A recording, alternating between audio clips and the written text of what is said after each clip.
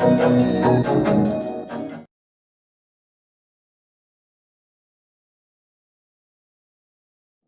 everyone, welcome to New Wave Coaching Classes for Mathematics. This is your host Jatin.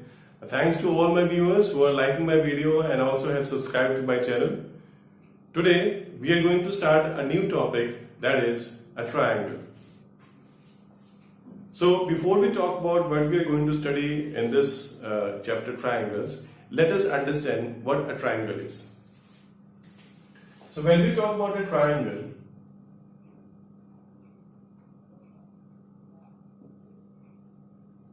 it is a three-sided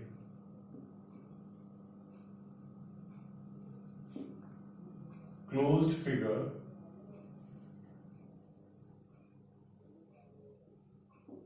in a plane. Right? So this is the meaning of a triangle. And in your previous grade, grade 9, you have learned about the congruency of the triangle.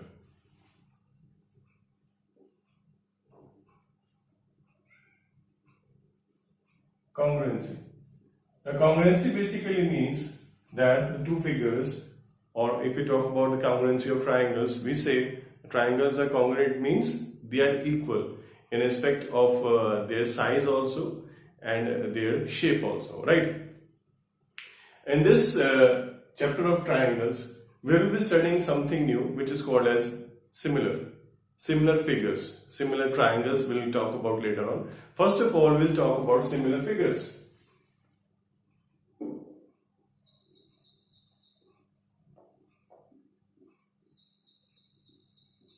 Now when we talk about similar figures, or we say similar objects, we say that the objects look like same. They look same, right? So we can have two squares. One is this, and I make a small square. Now I say these are similar. Why? Because they are square, and all the angles are same. They look same, their shape is same, although the size is different. So that is the difference when we talk about congruency and similarity. In congruency, we say that the objects are equal in all aspects, that is size also and shape also. And when we talk about similarity or the similar figures, we only say that the figures are similar when they look same. Need not to be the size of the two figures be same, right? So this is about similar figures. Or if we generalize, we can say that the two polygons, since a triangle is a polygon, a square is a polygon, so we can say two polygons are similar if all of their angles are equal, right? Two polygons of equal size. The number of sides should be equal. You can't compare a triangle with a square, right? So we say two triangles are similar, or we can say two polygons are similar if all of their angles are equal and their sides are in proportion, right? So this is the first thing we talk about. And if we see the exercise 6.1, it's quite easy. There are some questions which are related with the filling the blanks. They say all circles, obviously all circles are similar because they have same shape. I take this circle, I take one more circle. The shape is same, although the size is different. So all the circles are similar. Then we can say, when we talk about all the squares, we say all the squares are again similar. We can't say they are congruent because the size can be different. Then we say, if we talk about triangles, what kind of triangles can be similar? So we can say, if we talk about the equilateral triangles, all the equilateral triangles, right? If we talk about all isosceles triangles, no, we can't say they are similar. If we talk about some other right angle triangle, or you say some other triangle, no, we can't say that all of them are similar. But if we talk about the equilateral triangle, all the equilateral triangles, we say they are similar. Why? Because we know that in equilateral triangle all the angles are of 60 degree. So this was our condition that two polygons are equal if all of their angles are equal and sides are in proportion, right? So next thing they say two polygons of same number of sides are similar if their corresponding angles are equal and their corresponding sides are in proportion. This is what I said. So this was in the question.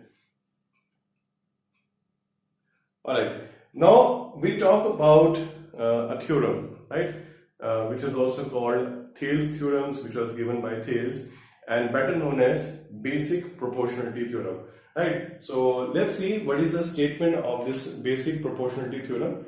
It says if a line is drawn parallel to one side of a triangle to intersect the other two sides in distinct points, the other two sides are divided in the same ratio.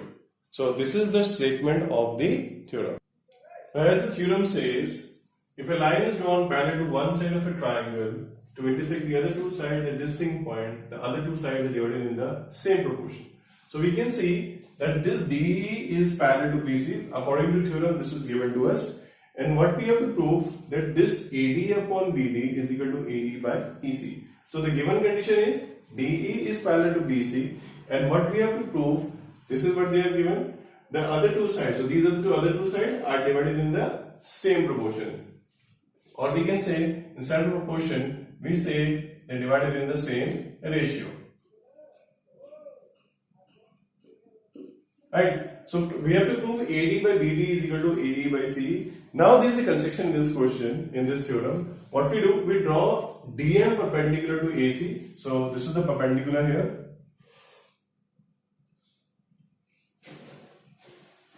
And EN perpendicular to AB. So this is the perpendicular here. What else? We join BE. So this is BE and CD. Now if you look carefully, before I go to the proof and explain you, one thing I want to tell you, when we talk about an obtuse angle triangle, see, to find the area of a triangle, we have the formula half into base into altitude. It basically means any of the side of the triangle can be taken as the base. And what is the altitude in that case? The altitude is basically the distance of that side which you have taken base to the opposite vertex. So the distance between the vertex and the base which you have, the side which you have taken the base, that is the altitude you are taking that in this case. But when we talk about, see, mostly in all the triangles, if we talk about acute angle triangle or a right angle triangle, in acute angle triangle all the altitudes are inside the triangle. In right angle triangle, we already have the two sides are perpendicular, and the altitude that is opposite to that is corresponding to basically the hypotenuse is inside the triangle also.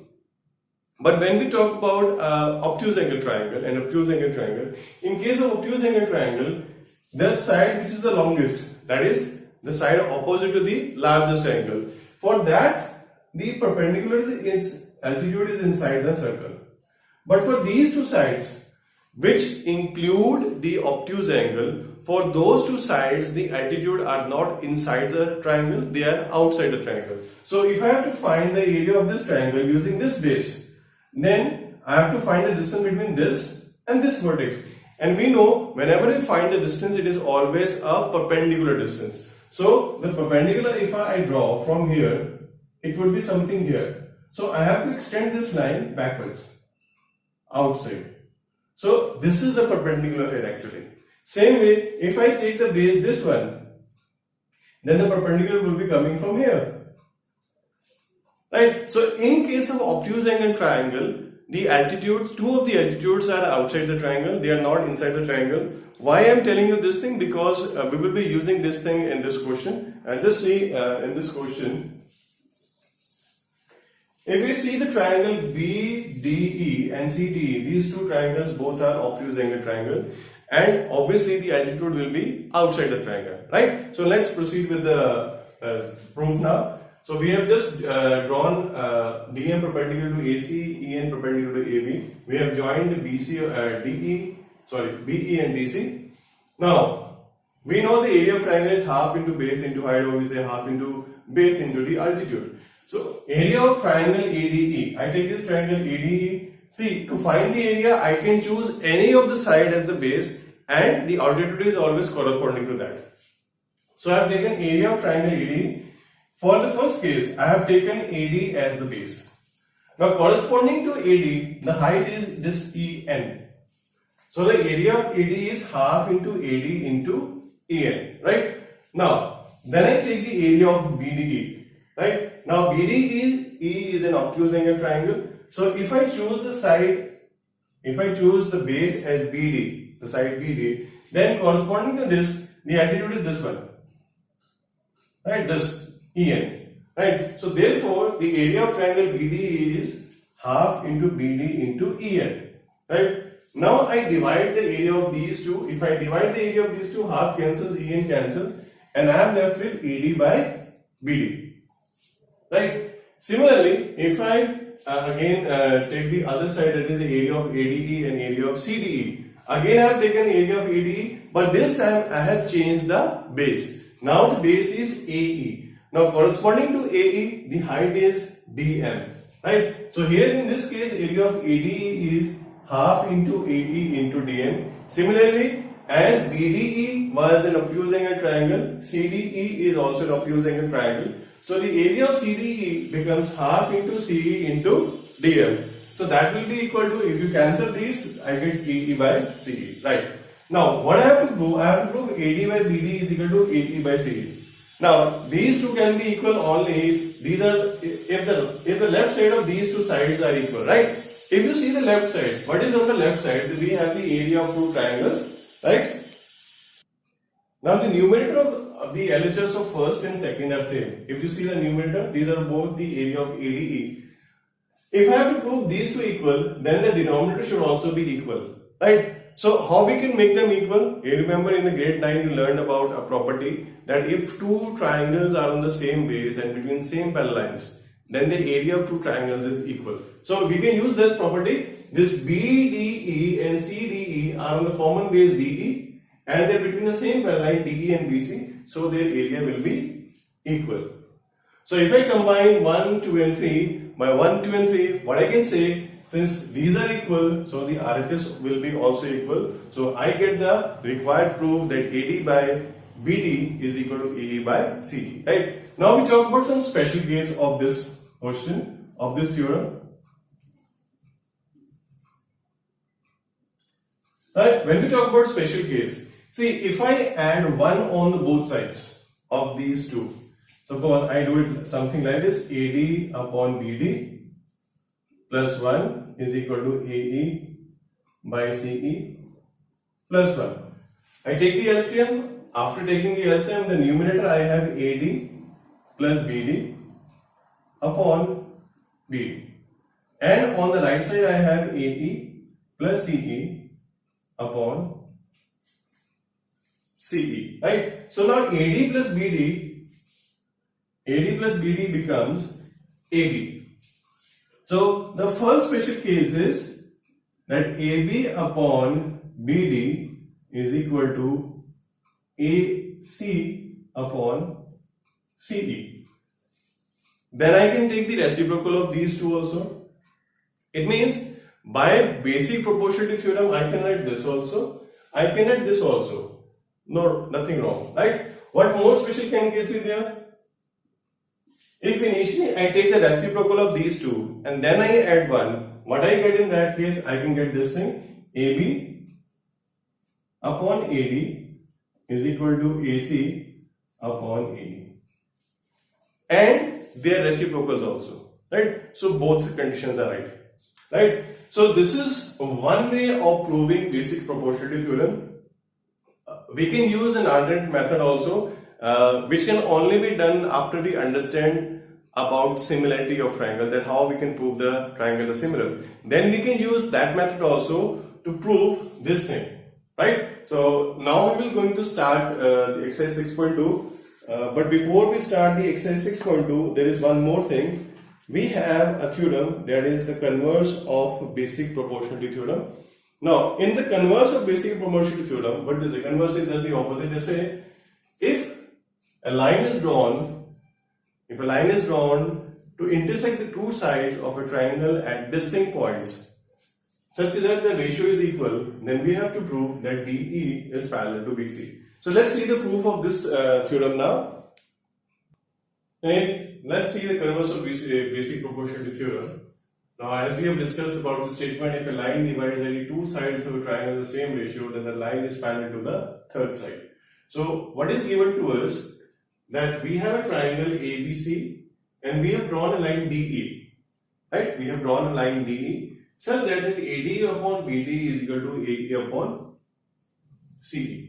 And what we have to prove that DE is parallel to BC. So, initially what we consider that suppose this DE is not parallel to BC. So if DE is not parallel to BC, so we can draw a line, say DE prime.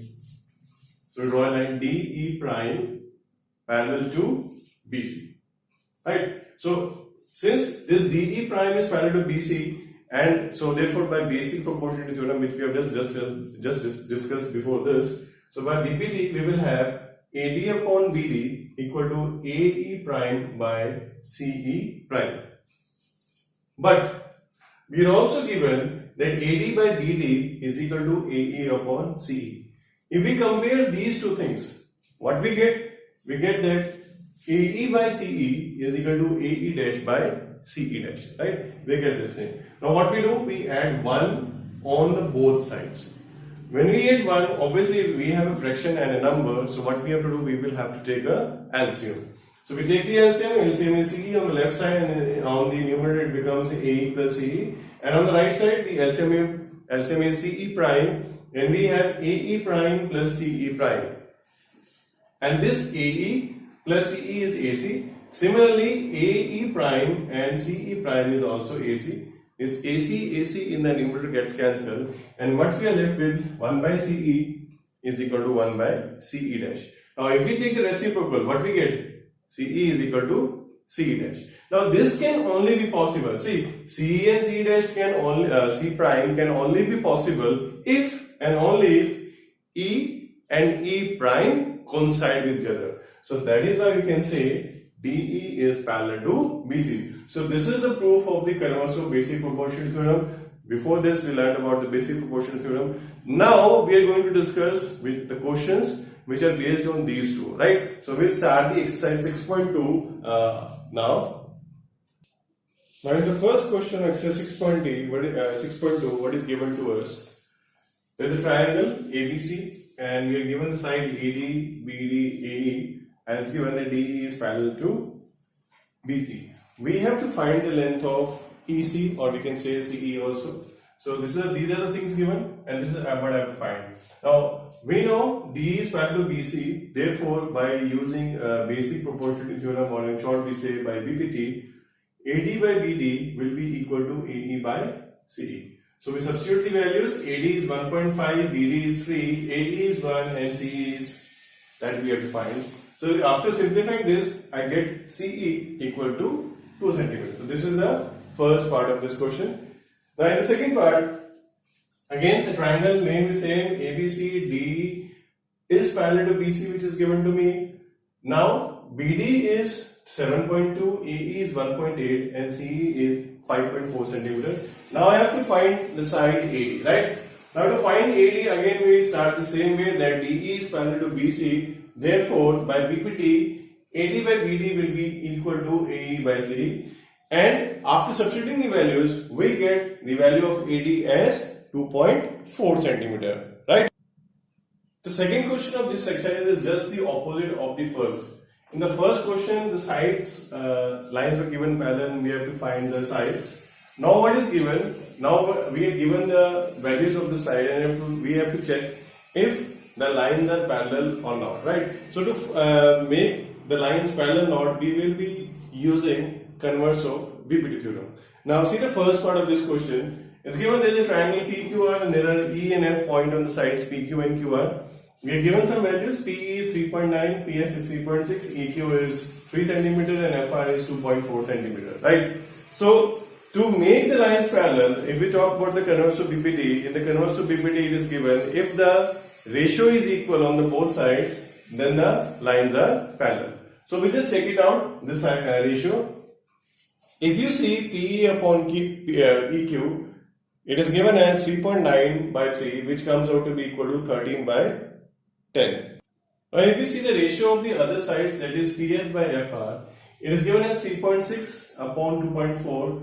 After simplifying this thing, we get this 3 by 2. Now we see that PE by EQ is not equal to PF upon FR. So we cannot apply converse of BPT. Converse of BPT can only be applied if the ratios has been equal. So therefore we say EF is not parallel to QR, whatever the conditions are given to us for this part. In the third part, second part you can try it yourself. Third part, what is given? The complete side is given PQ 1.28. PR is given as 2.56, PE is given as 0.18 and PF is given as 0.36. See, one thing more, in the converse of BPT we have learned that PA by EQ is equal to PF by FR. Then the sides, then this is parallel to this. We can also modify this thing if PQ by PE or PQ by EQ is equal to PR by PF, that is the complete side upon the any part on the both sides are equal, then also the lines can be parallel, right? So instead of finding the values of the individual side, like PQ is completely given and we are given PE, instead of finding EQ, what we can do, we can take the ratio of the complete and the part. So we say PQ by PE is equal to 1.28 divided by 0.18, and when we simplify after removing the decimals, we get this as 64 by 9. Now, if we see on the other side, PR by PF, it is again 2.56 upon 0.36, and again, after simplifying, we get this 64 by 9. Now, we see PQ by PE is equal to PR by PF, and both are equal to 64 by 9. So, here we can apply the converse of BPT theorem. So, by converse of BPT theorem, we can say that EF is parallel to QR. So this was the solution of the second question. Now let's see the third question, what is given in the third question. And question number 3 is given in the diagram that LM is parallel to CD and LN is parallel to CD. We have to prove AM upon BM equals to AN by DN, right? See, what we have learned in the BPT, that was for a one triangle. So if we have to prove these two things, these are in the separate triangles, right? So somewhere we will have to find an intermediate step, right? An intermediate step where these two are equal to that thing, right? So how we can do, just see this. Let's see the proof now. If we see triangle ABC, now in triangle ABC we have LM parallel to CD. So we can say, therefore, by BPT, AM upon BM is equal to AL upon CL. Right? Same way, if we talk about in triangle ACD, in ACD, LN is parallel to CD.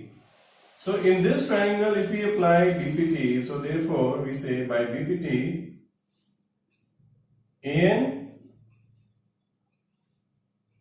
upon DN is equal to AL upon CL. Right? So if we combine these two, see the first and second shows the RHS of both are equal. So we can say if the RHS of these two are equal, obviously the LHS will be also equal. So we say therefore by 1 and 2 we have AM upon BM equal to AN upon DN. Right? So this is the proof which was required. Now let's see the fourth question. Now in the fourth question, again something similar is there. But now what we have to do, we have to find the triangles here.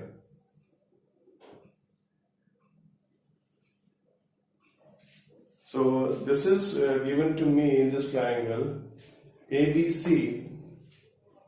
I have triangle ABC, and it is given. Here we have.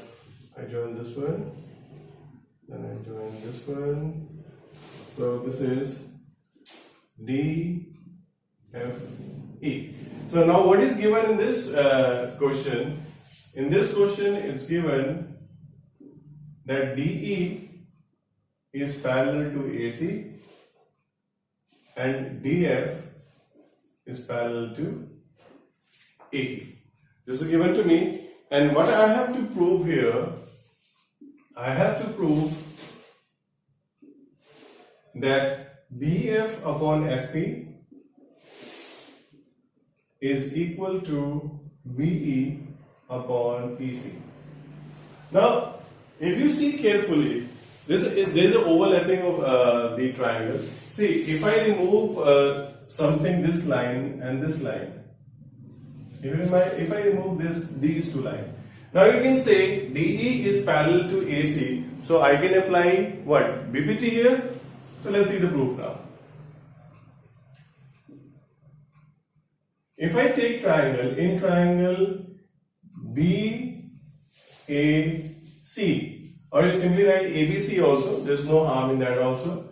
It's given that DE is parallel to AC. So what I can say, that BD upon BE is equal to DA upon,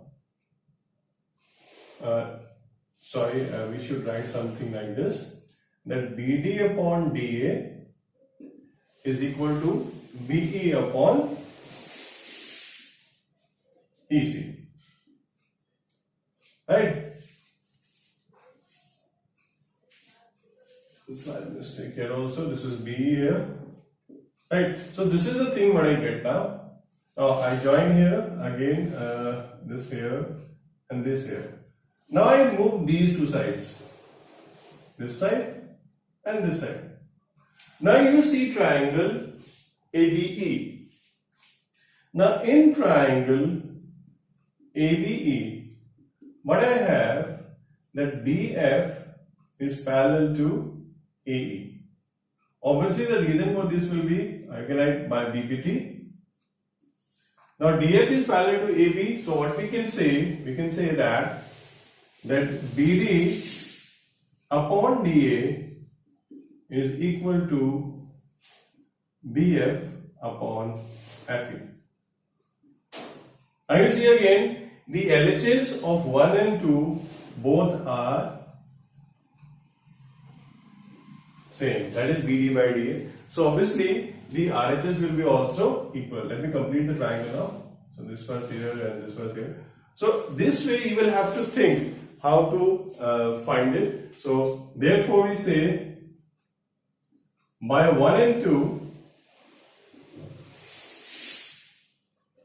BE upon EC is equal to BF upon FE. So that is the proof of this question. And dear friends, so this was all about for today's topic. We learned about BPT theorem, we learned about the Karamazov BPT theorem, and how we can apply those theorems to find the solutions of the different questions. Right, dear friends, so what the leftover questions we will be doing in the next lecture. Till then, keep watching. If you have any doubt, you can write in the comment section. Make sure you like and subscribe to my channel. So this is your host signing off. Goodbye and take care.